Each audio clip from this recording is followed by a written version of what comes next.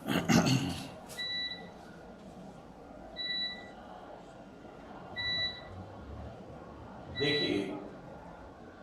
आप जो भी सब विद्यार्थी हैं, आप लोगों ने दर्शन शास्त्र विषय अपने बीए के कोर्स में दिया है और मैं जहाँ तक समझता हूँ कि 12वीं क्लास में ये विषय बच्चों के पास में प्राय उपलब्ध नहीं होता है। तो कहने का मतलब ये है कि आमतौर पर जो बच्चे दर्शन शास्त्र विषय का चयन बीए कोर्स के लिए करते हैं, उनके लिए दर्शन शास्त्र बिल्कुल एक नया विषय होता है। क्या विषय है ये? दर्शन शास्त्र। और इसको हम अंग्रेजी में क्या कहते हैं? फिलॉसफी। चलिए इसको ऐसे लिखता हूं मैं। ये दर्शन शास्त्र विषय क्या होता है, या हम इसको अंग्रेजी में कहें तो फिलॉसफी क्या चीज होती है, हम इसके बारे में क्या कह सकते हैं, अर्थात हम इसको किस तरीके से इसका निरूपण कर सकते हैं या ये सोचते हैं कि दर्शन शास्त्र के अंतर्गत हम बहुत ही सादा भाषा में कहें तो किस चीज का अध्ययन करते हैं, वो क्या चीज है जिसको कि हम दर्शन शास्त्र के माध्यम से पढ़ने का प्रयास करते हैं। तो आइए सबसे पहले हम इसके नाम से ही बात शुरू करें। जैसा कि मैंने आपको कहा कि दर्शन शास्त्र, ये दर्शन शब्द तो हमारे लिए कोई नया नहीं है, या नया है? दर्शन शब्द हमारे लिए नया नहीं है। क्या मतलब होता है दर्शन का? किस चीज को हम दर्शन कहते हैं? जी दर्शन का मतलब देखना। तो फिर ये देखना का शास्त्र होने का क्या अर्थ हुआ? देखने का शास्त्र कहे जाने का क्या मतलब होता है? हम आमतौर पर बात करते हैं कि साहब मैं तो आपके दर्शन करने चला आया, या बहुत दिनों से आपके दर्शन नहीं हुए, या हम देवालय जाते हैं दर्शन करने के लिए इत्यादि। लेकिन यहां पर हम दर्शन को जब शास्त्र के रूप में देखते हैं तो हम बात थोड़ी सी गहरी करते हैं। दर्शन का अर्थ हम मोटे तौर पर कहें तो देखने से है, लेकिन क्या देखने से है? मुझे बहुत सारी चीजें दिखाई देती हैं, लेकिन सिर्फ दिखाई देने को दर्शन करना नहीं कहते। हम अगर सीधे अपनी बात पर आए तो दर्शन का मतलब है किसी चीज को गहराई से देखना अथवा जानना। तो गहराई से देखना या जानना, गहराई से देखने या जानने का क्या अर्थ होगा? गहराई से देखने या जानने का अर्थ होगा कि हम उसके तत्व तक, अब ये तत्व शब्द देखिए आपको थोड़ा सा नया हो सकता है। आप में से कुछ लोगों ने अगर भौतिक शास्त्र पढ़े होंगे, रसायन शास्त्र पढ़ा होगा, तो वहां पर तत्व की बात की होगी। हम मोटे तौर पर दर्शन शास्त्र के में जब हम प्रवृत्त होते हैं तो हम तत्व के बारे में कह सकते हैं कि तत्व वो अंतिम सत्ता है जिसका उसके आगे विश्लेषण नहीं किया जा सकता। वो सत्ता जो कि अंतिम सत्ता है, जिसके ऊपर बाकी अन्य सारी सत्ताओं का, जितनी भी वस्तुएं हैं, जितनी भी देश और काल में अवस्थित चीजें हैं, उनका निर्माण हुआ है। तो हम तत्व को जानने की कोशिश करें, या वो भौतिक नहीं है, या जिसको हम बाद में बात करेंगे कि मेटाफिजिकल नहीं है, यानी कि तत्व मीमांसीय नहीं है, तो हम उसकी मौलिक अवधारणा क्या है, उसका सार क्या है, जब हम इन चीजों को जानने की कोशिश करते हैं तब हम ये कहते हैं कि हम किसी चीज को गहराई से, यानी कि उसके उस अंतिम छोर तक जाकर के उसको जानना, जिसके बाद में उसके जानने का कोई सीमा नहीं रहती। कहने का मतलब उस सीमा तक जान लेना जिस सीमा तक उसकी सत्यता है, या जिस सीमा तक जो उसकी अंतिम सीमा है किसी विषय को, उस अंतिम सीमा तक जानना जिसके बाद में उसको जानना शेष ना रह जाए, यानी कि सार को जानना, तत्व को जानना, सत्य को जानना, या उसके सत्य को जानना।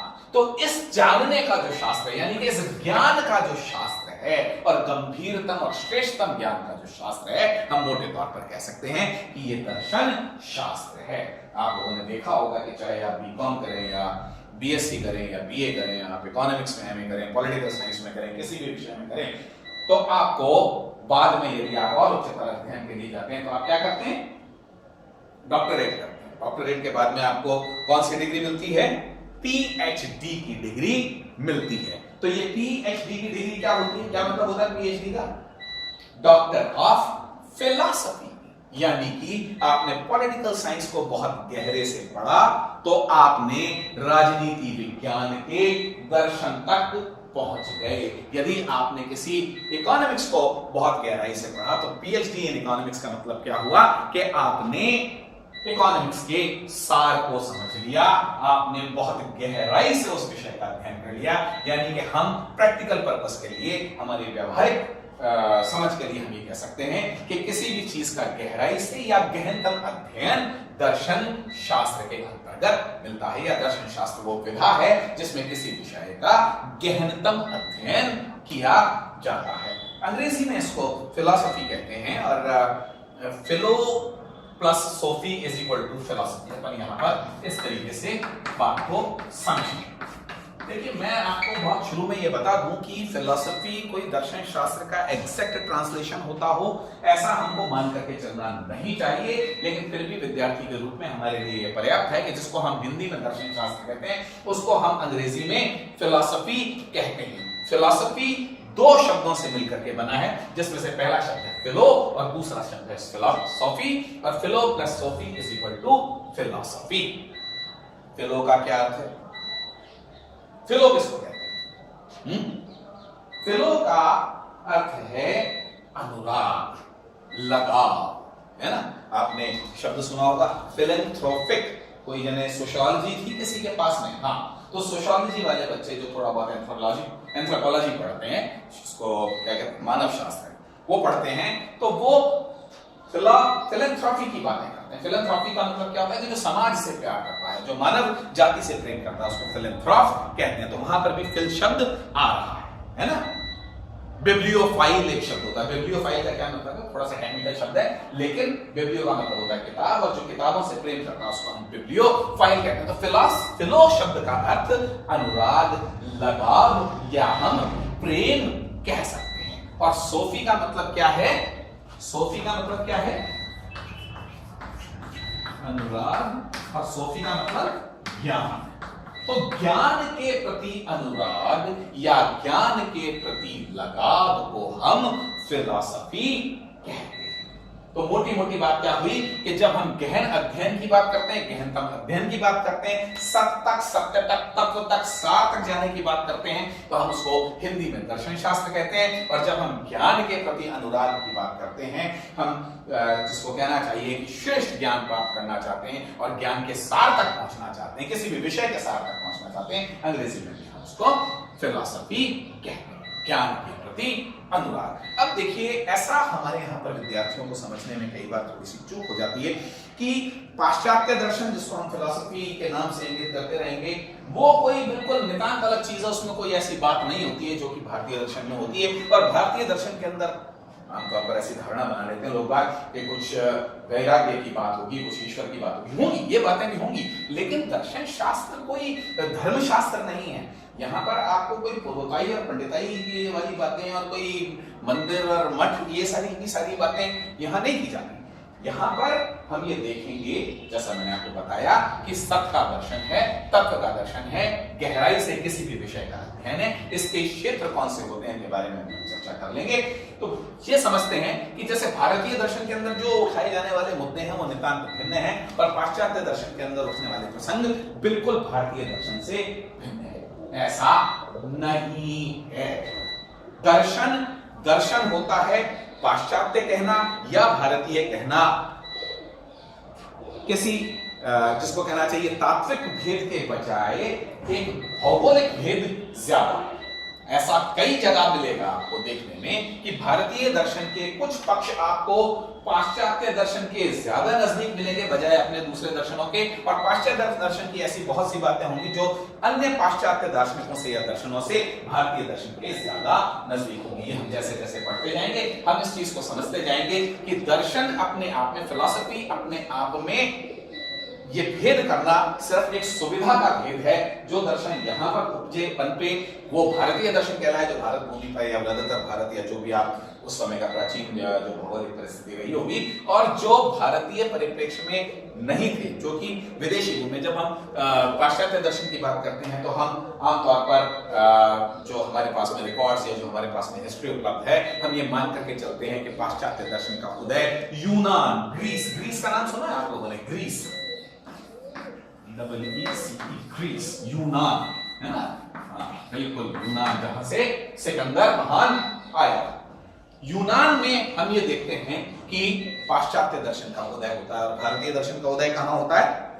हमारी परंपरा के अनुसार भारतीय संस्कृति सभ्यता के प्राचीनतम ग्रंथ कौन से हैं और विश्व सबसे प्राचीनतम साहित्यिक विश्व धरोहर कौन सी है? जी हाँ, वेदों से। तो भारतीय दर्शन का प्रारंभ, उद्भव हम वेद में देख सकते हैं। लेकिन वेद के विषय में हम सामान्यतः यह कहना ज्यादा सुविधाजनक समझते हैं कि वेद केवल दर्शन के ग्रंथ नहीं है। वेद तो हमारी संस्कृति के, सभ्यता के ग्रंथ हैं, जिसमें अनेक बातें शामिल की गई हैं और बहुत वृहद और विस्तृत चीजें हमारे को वेद में मिलती हैं। दर्शन की बात यदि हम खास तौर से करें तो वेदों की ही परंपरा में आगे लिखे गए ग्रंथ, जिनको हम उपनिषद कहते हैं। क्या कहते हैं? उपनिषद। उपनिषद विशुद्ध रूप से दार्शनिक ग्रंथ हैं। ये बात समझ में आई? जी हाँ, वेद, हाँ, वेदों के हम ये कहते हैं कि वेद कितने हैं? 4 वेद हैं, है ना? ऋग्वेद, यजुर्वेद, सामवेद और अथर्ववेद। और वेद को हम संहिता कहते हैं। क्या कहते हैं? वेद को हम, ये सब बातें मैं आपको बाद में पढ़ाऊंगा। हम वेद को संहिता कहते हैं। संहिता का मतलब क्या होता है? कलेक्शन। और किस चीज का कलेक्शन है? वेद मंत्रों के कलेक्शंस हैं। मंत्र है, चाहे ये सारी बातें करेंगे। अभी हमको क्या बात देखनी है कि हम यदि उद्गम स्थल की बात करें तो वेदों से उद्गम मिल जाता है, और उपनिषद तक आते आते हमारे यहाँ पर जो दर्शन शास्त्र, जो उपनिषद रूपी नामक जो ग्रंथ हैं, वो विशुद्ध रूप से हम ये कह सकते हैं कि दार्शनिक डिस्कोर्स के ग्रंथ हैं। चलिए, आपने पाश्चात्य दर्शन कहा, आपने भारतीय दर्शन कहा, और आपने ये भी मान लिया कि कोई बहुत फंडामेंटल डिफरेंस नहीं है पाश्चात्य दर्शन में और भारतीय दर्शन में। लेकिन फिर भी मोटे तौर पर हम कुछ भेद करने की बात शुरू करें तो हम सामान्यतया कहां से बात शुरू करते हैं, जिसको हम ये कह सकते हैं कि भारतीय दर्शन की प्रमुख विशेषताओं की बात कर सकते हैं। हम भारतीय दर्शन के चारित्रिक लक्षणों की बात यदि हमसे कोई पूछे, हम किसी भी विषय को पढ़ते हैं तो हमसे ये पूछा जाए, या मान लीजिए हमको ये मालूम होना चाहिए कि इसकी विशेषताएं क्या है, तो भारतीय दर्शन की विशेषताएं क्या हैं? भारतीय दर्शन की विशेषताओं में हम शामिल कर सकते हैं, सबसे पहली बात, भारतीय दर्शन अध्यात्मवादी दर्शन है। यह अध्यात्मवाद का क्या मतलब होता है? What does it mean to say that Indian philosophy is spiritualistic? What does it mean? देखिए, स्पिरिट का मतलब किससे होता है? आत्मा से होता है। तो भारतीय दर्शन के अंदर आत्मा या सोल सब्सटेंस के ऊपर अधिक बल दिया गया है। तो ये आत्मा के बारे में कुछ लोग इस तरीके से बात सोचने लग जाते हैं कि आत्माओं की बातें करता है, आत्माओं की बातें, वहां पर आत्माएं घूमती हैं, भटकती हैं, इस तरीके से बात करते हैं ना आत्माओं को लेकर के। ऐसा नहीं। आत्मा का मतलब भारतीय दर्शन में जिस प्रकार से माना गया कि मनुष्य का जो तत्व है वो उसकी आत्मा है, और हम यहाँ पर संसार, ऐसा देखिए लोग बात इस तरीके से बात करते हैं, देखिए संसार कौन है ना, ब्रह्म सत्यम जगत मिथ्या, ये बात कह दी और इसको हमने भारतीय दर्शन का फुल स्टॉप मान लिया। ये ठीक है कि भारतीय दर्शन में ऐसा कहा गया कि हमने जगत को मिथ्या कहा, लेकिन इसका अर्थ ये नहीं है कि हमने जगत को महत्व नहीं दिया। यदि जगत महत्वपूर्ण नहीं होता तो दर्शन नहीं होता, और दर्शन नहीं होता तो बहुत सारे ऐसे दार्शनिक सिद्धांत नहीं बनते जिनको कि हम सत्य के सिद्धांत कहते हैं। तो जगत बहुत महत्वपूर्ण है, लेकिन जगत के साथ साथ जगत से ज्यादा, जगत को पार करते हुए हम परलोक की बात करते हैं, उस आत्मा की बात करते हैं जो जगत में है और जगतातीत भी है, जो शाश्वत भी है। तो हम ये देखेंगे कि मनुष्य को यहाँ पर केवल हाड़ मांस का पुतला नहीं माना गया, बल्कि मनुष्य का एक तत्व है, वो तत्व उसकी आत्मा है, और आत्मा को प्राय शाश्वत स्वीकार किया गया है। देखिए, जब मैं भारतीय दर्शन के सामान्य लक्षणों की बात करता हूं तो हमको ये मान लेना चाहिए, ये मान करके चलना चाहिए कि सामान्य का मतलब सामान्य ही है। सामान्य का मतलब necessarily present in every system नहीं है। और इस तरीके से जब हम बात करते हैं भारतीय दर्शन 9 schools of Indian philosophy, 9 schools of Indian philosophy की बात होती है। 9 schools of Indian philosophy का मतलब क्या है कि भारतीय दार्शनिक परंपरा के 9 मतों की बात होती है। और इन 9 मतों को हमारा सबसे बड़ा जो एक ब्रॉड डिस्टिंक्शन है वो होता है आस्तिक और नास्तिक। भारतीय दर्शन कितने प्रकार के हैं? आस्तिक और नास्तिक। ये आस्तिक और नास्तिक क्या होता है? What is आस्तिक, जिसको हम ऑर्थोडॉक्स कहते हैं, और नास्तिक क्या होता है?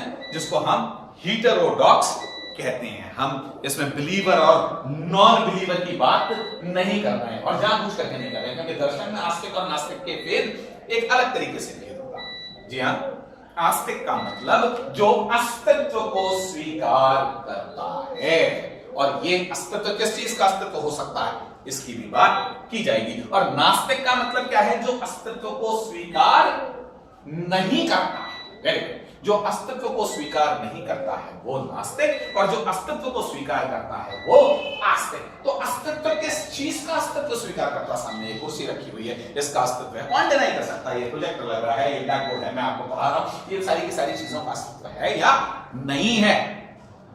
इनका अस्तित्व है। तो क्या इस तरीके के अस्तित्व में विश्वास करने वाला ही आस्तिक होता है, या इसके अलावा भी कोई बात है? जी हाँ, जब मैंने कहा कि भारतीय दर्शन, दर्शन का मतलब गहन अध्ययन, गहन ज्ञान, सर्वोच्च ज्ञान या सर्वोच्च ज्ञान को प्राप्त करने का प्रयास, तो हम ये कहेंगे कि अस्तित्व का मतलब यहां पर मोटे तौर पर हमारा फिर से अपनी बात करा जाए कि 3 चीजों का होना जरूरी है, और 3 में से कम एक चीज का होना बहुत जरूरी है आस्तिक होने के लिए। सबसे पहले वेदों की प्रामाणिकता में विश्वास। जी हाँ, ईश्वर की बात नहीं हो रही है अभी, है ना? आस्तिक का मतलब दोस्तों जो भगवान को माने वो आस्तिक, और जो भगवान को नहीं माने वो नास्तिक। ऐसा नहीं है। ऐसी भी बात करेंगे जो आत्मा के अस्तित्व को माने वो आस्तिक, और जो ये माने कि आत्मा नाम की कोई चीज होती ही नहीं है वो नास्तिक। और इसके अतिरिक्त अंतिम रूप में हम ये कहते हैं कि जो ईश्वर के अस्तित्व को माने वो आस्तिक, और जो ईश्वर के अस्तित्व को न माने वो नास्तिक। तो भारतीय दर्शन, देखिए दर्शन का मतलब मैंने क्या कहा आपको पहले कि ईश्वर और मठ वगैरह को स्थापित करने की कोशिश करता हो, ऐसा नहीं है। अंश रूप में यह प्राप्त है, लेकिन दर्शन का लक्ष्य ये नहीं है। भारतीय दर्शन का लक्ष्य क्या है? इस बात पर भी आएंगे। भारतीय दर्शन का लक्ष्य मुक्ति है। अब मुक्ति का क्या होता है, कैसे प्राप्त होती है, उसका क्या स्वरूप होता है, ये सारे के सारे प्रश्न मिलेंगे। लेकिन भारतीय दर्शन का मतलब, भारतीय दर्शन का लक्ष्य मुक्ति है। किस चीज से मुक्ति है ये भी हम देखेंगे अभी, जैसे हमारी बात आगे चलेगी। तो कुछ दर्शन आस्तिक हैं और कुछ दर्शन नास्तिक हैं। हम नास्तिक दर्शनों से बात शुरू करें तो उसमें हम ये लेते हैं चार्वाक दर्शन, जैन दर्शन। हाँ, ये एक बड़ी बात है। दर्शन की दृष्टि से जैन दर्शन एक नास्तिक दर्शन है, और बौद्ध दर्शन भी नास्तिक दर्शन है। और आस्तिक दर्शन यानी कि जो वेद की प्रामाणिकता को मानते हैं, आत्म तत्व को मानते हैं, इनको हम आमतौर पर षट दर्शन कहते हैं। क्या कहते हैं? षट दर्शन। षट का मतलब 6। तो ये 6 दर्शन कौन से हैं? सांख्य योग, न्याय वैशेषिक, मीमांसा और वेदांत। हमने इनके युग्म बना रखे हैं, ये 6 हैं, लेकिन हम इनको 3 के तरीके से पढ़ लेते हैं, इनको आपस में जोड़ देते हैं, लेकिन ये आपस कुल मिलाकर के मत ये हुए 6। और यहां पर नास्तिक दर्शनों में कितने मत हुए? चार्वाक, जैन और बौद्ध।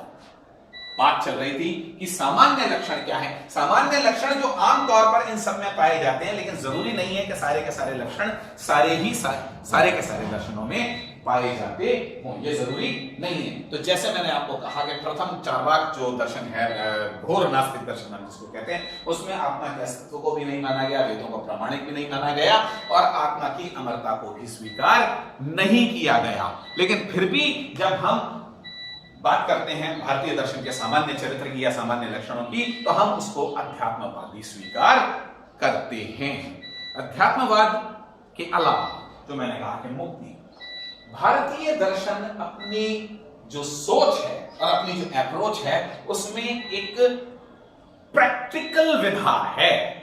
तो प्रैक्टिकल क्या होता है? प्रैक्टिकल तो आपके ज्योग्राफी में होते हैं या साइंस पढ़ते थे, फिजिक्स में होते थे। तो भारतीय दर्शन में प्रैक्टिकल जैसा क्या है? जब यह कहा गया कि भारतीय दर्शन का दृष्टिकोण प्रैक्टिकल है या व्यवहारिक है, तो कहने का यह प्रयास किया जा रहा है इसमें, या यह समझाया जा रहा है प्रैक्टिकल कहने से कि देखिए इसकी जो दृष्टिकोण है, अप्रोच है, वो प्रैक्टिकल है।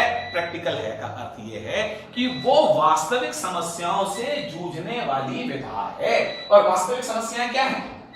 किसी को कोई समस्या होती है या नहीं होती है? हम जीवन में अनेक प्रकार की समस्याओं का सामना करते हैं, बल्कि हम यहां तक कहते हैं कि जीवन का नाम ही समस्या है। आपको ऐसा कहने वाले बहुत लोग मिलेंगे, है ना। बौद्ध दर्शन में कहा गया कि सर्वम दुखम, हर चीज हमको दुख ही दुख देती है।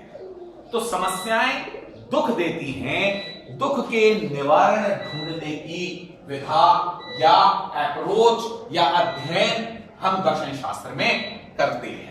तो भारतीय दर्शन के अप्रोच या दृष्टिकोण कैसा है?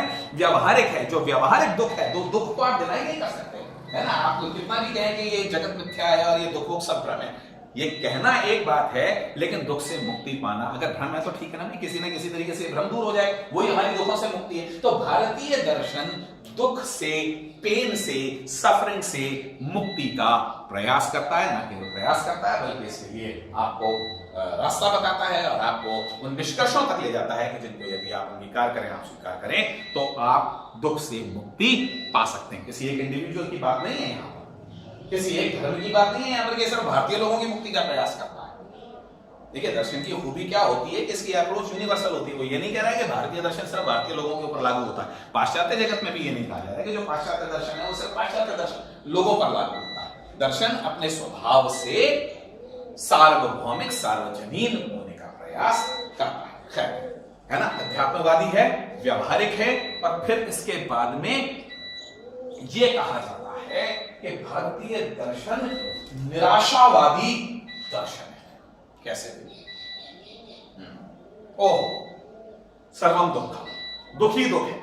ये संसार तो कैसा है? भव सागर है। ये वो मंच है जहां पर दुखों के अलावा कुछ भी नहीं है। जब महात्मा बुद्ध ने कहा सर्वम दुखम, तो उन्होंने कहा कि जो चीजें खुशी देती हुई, सुख देती हुई प्रतीत होती हैं, वो भी वास्तव में मेरे दुख का कारण है। और ये निराशावाद से भरा हुआ है। इस संसार को, जीवन को बंधन कहा गया। बंधन तो कोई, आजकल तो आजादी के नारे बहुत लगते हैं, तो बंधन तो कोई अच्छी चीज नहीं है, कोई स्वीकार करने लायक चीज नहीं है। तो बंधन कहा गया। बंधन कहे जाने का मतलब क्या है? कि किसी प्रकार का दुख है। और ये जीवन क्या है? ये बंधन ही है। जीवन कहो या बंधन कहो, एक ही बात है। तो फिर मतलब क्या हो गया कि भारतीय दर्शन निराशावादी है। ठीक है, निराशावादी है, लेकिन ये निराशावाद कोई फाइनल निराशावाद नहीं है।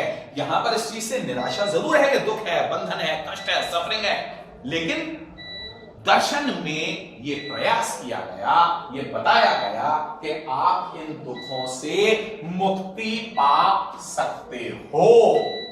तो दुखों से मुक्ति पाने का क्या मतलब हुआ? कि मेरे सिर में दर्द हुआ, मैंने एक पैरासिटामोल या डिस्प्रिन की गोली खा ली और मेरा सिर दर्द ठीक हो गया, लेकिन फिर मेरे को 2-4 घंटे बाद सिर दर्द होने लगा। तो ये दुखों से मुक्ति हुई या नहीं हुई? ये दुखों से क्षणिक, ये एक टेम्परेरी मुक्ति है ना।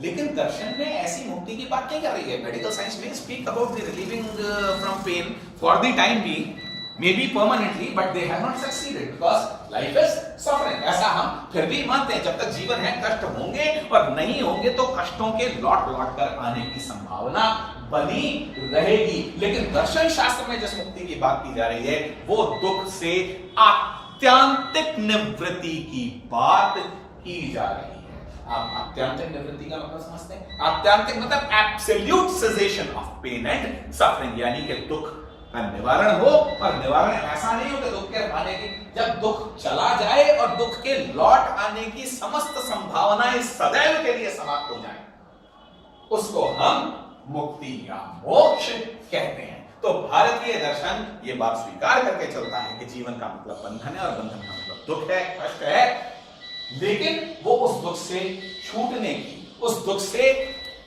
निवृत्त होने का उपाय भी बताता है। तो वो केवल पेसिमिस्टिक नहीं है, वो पेसिमिज्म से शुरू होता है ये आप कह सकते हैं, लेकिन उसकी परिणति किसी पेसिमिज्म में या निराशावाद में नहीं होती। उसकी परिणति हम ये देखते हैं कि अंततोगत्वा एक आशावाद में होती है और वो ठोस मार्ग बताता है। और नैतिक रूप से और तार्किक रूप से ये सारी की सारी बातें आपके सामने दर्शन शास्त्र में की जाती हैं। तो दर्शन शास्त्र के लक्षणों में आप उसको सिर्फ निराश्य तक ना रखें, बल्कि ये देखें कि दर्शन शास्त्र अंततोगत्वा आपके अंदर एक आशावाद का संचार भी करता है। मेरी बात समझ में आई?